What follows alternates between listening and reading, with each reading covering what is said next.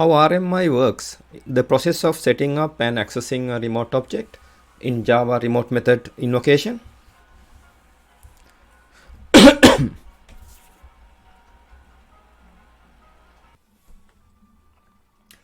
Uh,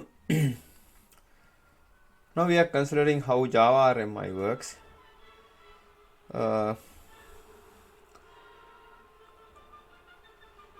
This diagram illustrates the process of setting up and accessing a remote object. The Java RMI remote method invocation can be used to invoke methods of objects in other Java virtual machines. JVM. The JVM can be on the local host or another host. RMI allows the client, the thread that actually invokes a method in the remote object, to invoke a remote method on a server. The thread that contains the remote object, as if the remote object were contained on a client host from the programmer's perspective. What really happens is that when the client calls the method in a remote object, instead of letting the Java runtime take care of the call as it would for regular Java object, RMI runtime system takes over the routes, the calls over the network to remote object. In essence, the RMI runtime opens a socket connection on an anonymous port to the remote object running on the server host. The RMI runtime running as part of the JVM on the server side listen on this special port for incoming RMI request and invokes the requested method on the server side when one is received. Information received returned by the called method is passed back to the client through the socket after the socket is closed. None of the underlying communication is visible to the programmer. As a programmer, you may wish to access the remote object from one or more servers out on the network. The remote objects could, for example, contains method which, when invoked, return information about the hardware or software running on the server. Sound familiar? These remote agent objects may exist on many servers on the network. Here, server refers to the network element which contains remote object whose methods can be accessed by the interested client using RMI. So how does a client, which may come into existence at any time, find out what remote objects can access on the server on the network? The answer is by getting the server object reference from the remote object registry.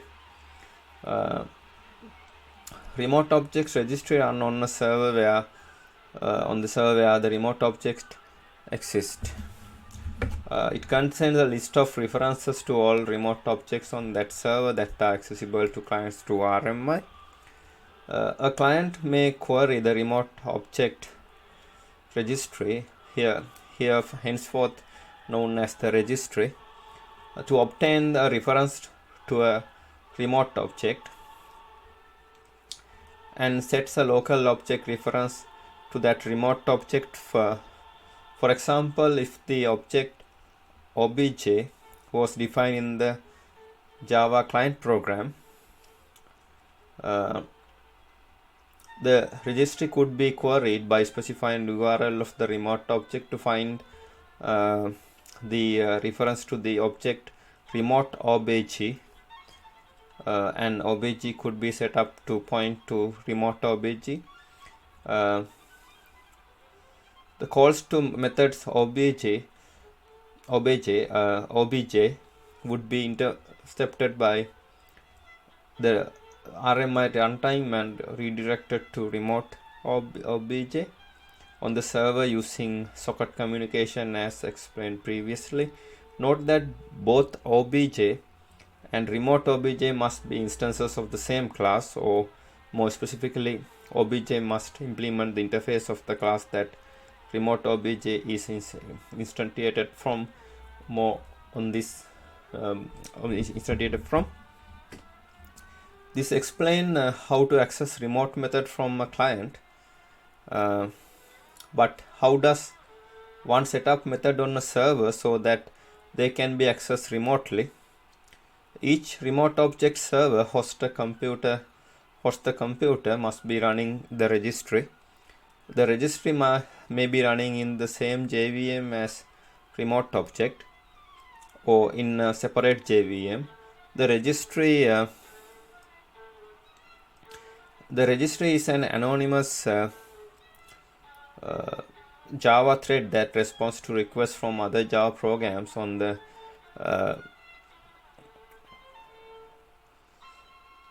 network using socket communication.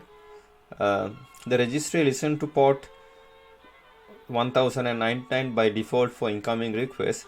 This port can be changed, but all clients will have to be updated accordingly. This way you could have more than one registry running on the same server, a necessity if the registry is built in to more than one remote object on the server. Before any object become remotely accessible to clients,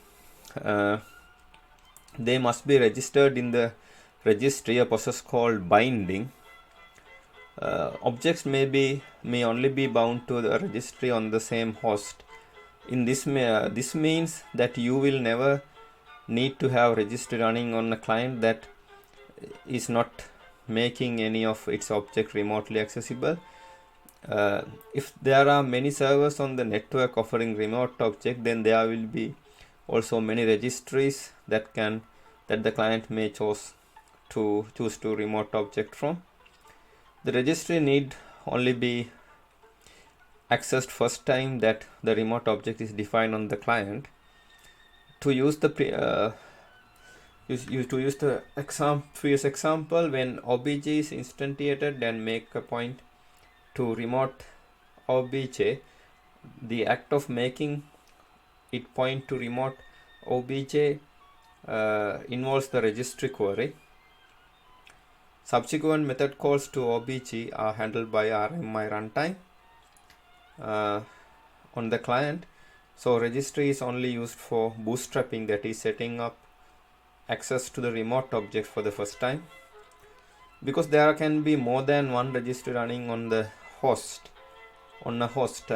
and there may be many hosts serving remote objects on the network.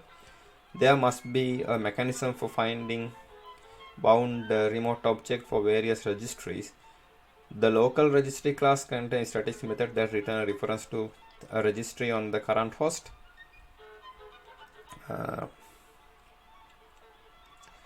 Current host at specified port, a specified host, or at a particular port and a specified host. Using this information, the bound remote objects on the registry can be listed, or a reference can be obtained for setting up a client object to access method in a remote object. This diagram illustrates the process of setting up and accessing the remote object. Here, remote objects, step 1, remote objects is connected to remote object registry via bind serve object reference in remote object registry. Step 2, here client is connected to remote object registry via get server object reference from registry. Step 3, here client is connected to remote object via invokes method in the remote objects as if they were local to the client. Here client is inside JVM, which is in the client host, and here remote object is inside the JVM, which is in the server, and here remote